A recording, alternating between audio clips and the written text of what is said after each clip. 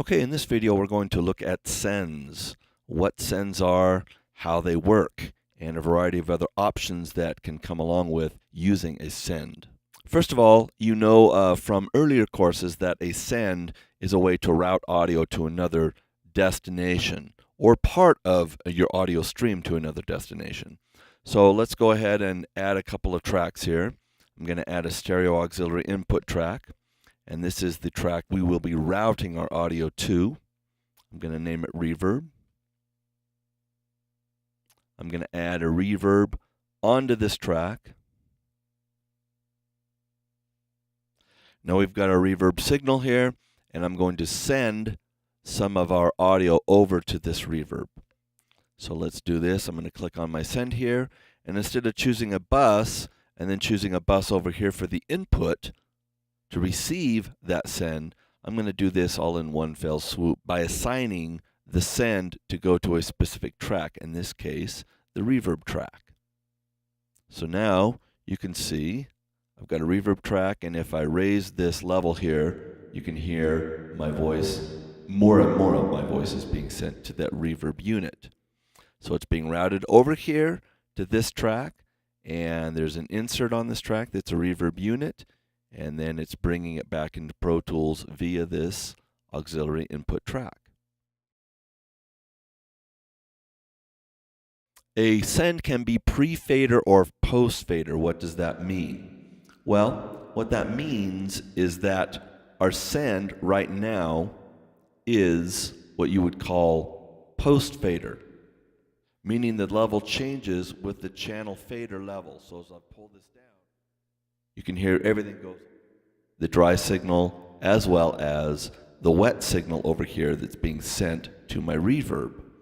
Okay, and that's because right now this send is post fader. So actually it's being sent over here at this location. So it's post fader. So when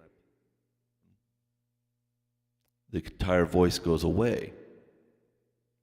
Now, if I set this for pre-fader, I can do that by clicking on this button. If I set this for pre-fader, what happens is, as I pull this down now, the vocal is being sent over to the reverb unit pre-fader, in other words, before this location. So this wet signal is still getting sent over to the reverb here, even if I pull the dry signal all the way down. So this is what you call pre-fader and post-fader. Now we could also do this exact same thing with a hardware send. In other words, we could send to a hardware location. In other words, an output, just like we did earlier.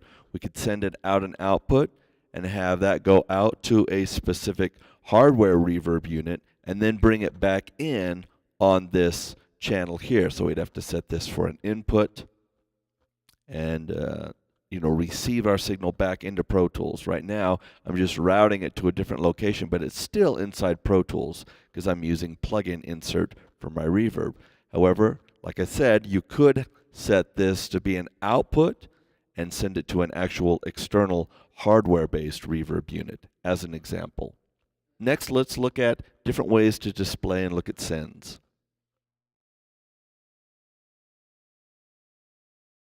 Just like inserts, there are 10 sends available in Pro Tools. Right now you can see we're only seeing 5 of each. However, if we want to display more sends, we can go up to the View drop-down menu, select Mix Window Views, and here you can see our additional sends. We can turn those on or make them visible.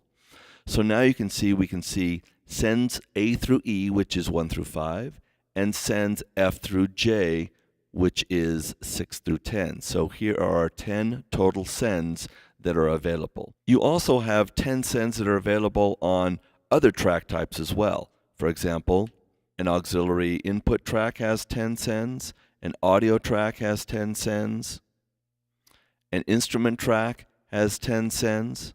The only track that doesn't is a master fader. And the reason for that is because a master fader is by default the final destination. So once you get to the master fader, you're not going to be sending anything out to a different location.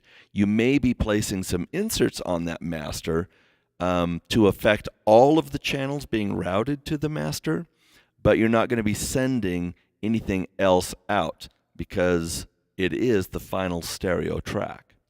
It's also possible to display the various sends and inserts that are available in Pro Tools by using the Mix Window View Selector right here. Here you can choose to hide or show sends.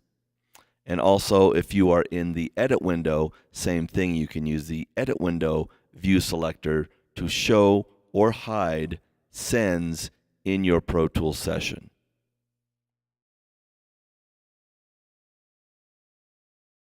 Once you have the sends that you want to see visible in the mix window, you may want to change how they look. You can use what's called an expanded sends view to change that look of the send, to give you more options so you don't have to click on the individual send to get your fader, your pan knob, your mute knob, pre-fader or post-fader buttons, etc. You can do that by coming up here to the top and selecting View, Expanded Sends, and then choose the specific send that you want to have expanded. So if I just choose Send A, it's going to give me an expanded send just for this specific send, Send A. So gives me my mute buttons, my pan buttons, etc., as well as a volume fader for that specific send. You could also go up here and say, I want all of my sends to be in this expanded format. You can see that may be a good way to work, but also it takes up a lot of vertical real estate. So let's turn these all off. And then let me show you a shortcut to enable the expanded view. You can do that by pressing the Command modifier key and clicking right here, either on the gray arrow or on the arrow itself if you already have a send instantiated. So clicking on that, and you can see it enables or disables that expanded view for the specific send that you click on.